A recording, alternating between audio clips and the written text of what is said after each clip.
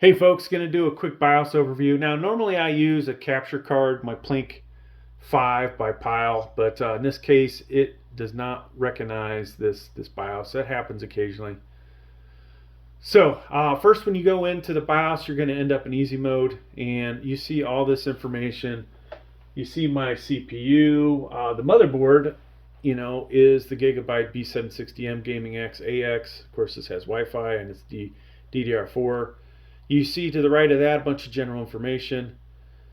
And over here we see RAM. We can see it's not overclocked. You would do that here. All right, but I'm going to leave mine disabled. I haven't verified if this RAM actually is compatible, right? So if it isn't compatible and I try and overclock it, the computer's not going to boot up, or it may try like 3 times before it boots up and then it disables XMP. All right. In a little bit, I'll show you how, let's say it doesn't work at for this RAM 3600 megahertz. Maybe you could try 3000 megahertz. And if that works, maybe try 3200. But I will show you that eventually. So other information in here, folks. If you have any expansion cards installed here, so this is my graphics card. It's actually a GTX 1050 we're using for this video, and then over here is where I have a SATA additional USB expansion card, and you can see that's actually PCIe 2.0 there, but so these are all PCIe 4.0. This is the one you want to use for your graphics card. That would be the one closest to the IO shield or the CPU, and then the other one, for additional expansion card. If I had M.2s in here, you would see that there. If I had M.2s, you'd also be able to see the boot sequence. So that allows you to move the drives around so it will boot to whatever drive you have in there first. All right. Now, we're not going to spend too much time on SmartFan, but in here I can adjust the fan speeds. Right now it's silent. You could go normal, full speed. You also have the ability to adjust the fan curve if you want. That's CPU fan. You also have 3 system fan headers on here.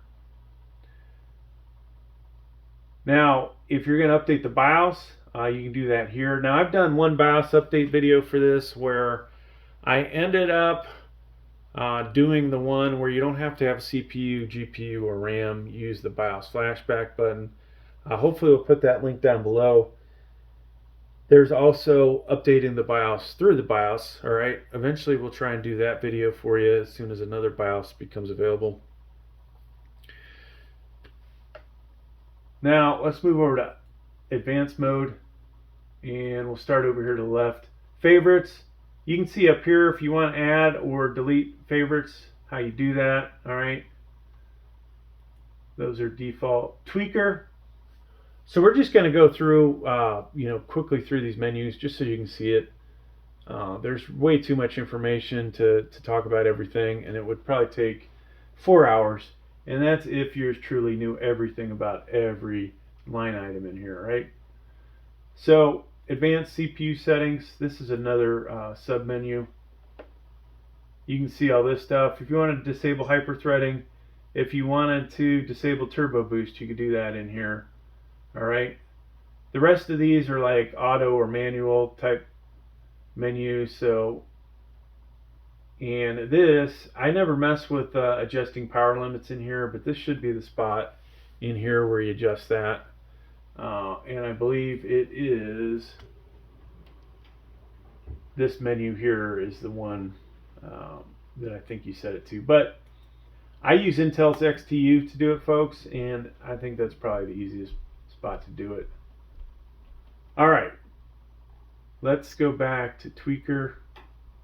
Now, memory-wise, here's another place to enable XMP. Right here's the spot you would go. Whoops, I don't want that. This is the spot you would go to change the speed. All right, so 3600 didn't work, or 4133, whatever your RAM stated it can do. you can come in here and adjust that. All right. Always check your manufacturer's website to verify that your RAM is compatible, or the RAM you want to buy is compatible. Okay. Under here, you see these different things. Memory channel timings. We'll just scroll through these real quick. Some of you love your memory timings. Me, I like to just set it and forget it. But that's me. So, all right. So that was that. You may have to slow-mo some of the video. Memory train settings. And there are a lot of options in these motherboards, folks. In case you're not familiar with motherboards. Alright, so that was all those options. Let's go back to Tweaker. Now, you could change your CPU voltage core here. I'm not sure the exact spot in here if you wanted to undervolt, but I use Intel's XTU for that. And honestly, for this CPU, you wouldn't see me do it, but something like an i9 13900KF may have to undervolt it depending on your CPU cooler, because those things get really hot, and this motherboard might not be up to the tasking. So what do we have in here, folks? Over voltage stuff. I don't know if this is the spot you would do it. Not even gonna guess. All right. CPU internal AC DC load line. You know, when in doubt, I would say if you want to do that, Google it. All right, so that's going to do it for the tweaker menu. Settings, platform power. You see this information. I/O ports. If you want to get rid of that Gigabyte utility prompt that comes up in Windows, assuming you didn't install it, it's probably a good idea for those of you new to motherboards to install it. Get it to update all your drivers. Unfortunately, it doesn't update your BIOS for you, but it will do your drivers. Super I/O configurations. Go ahead and open that up. Nothing in there really.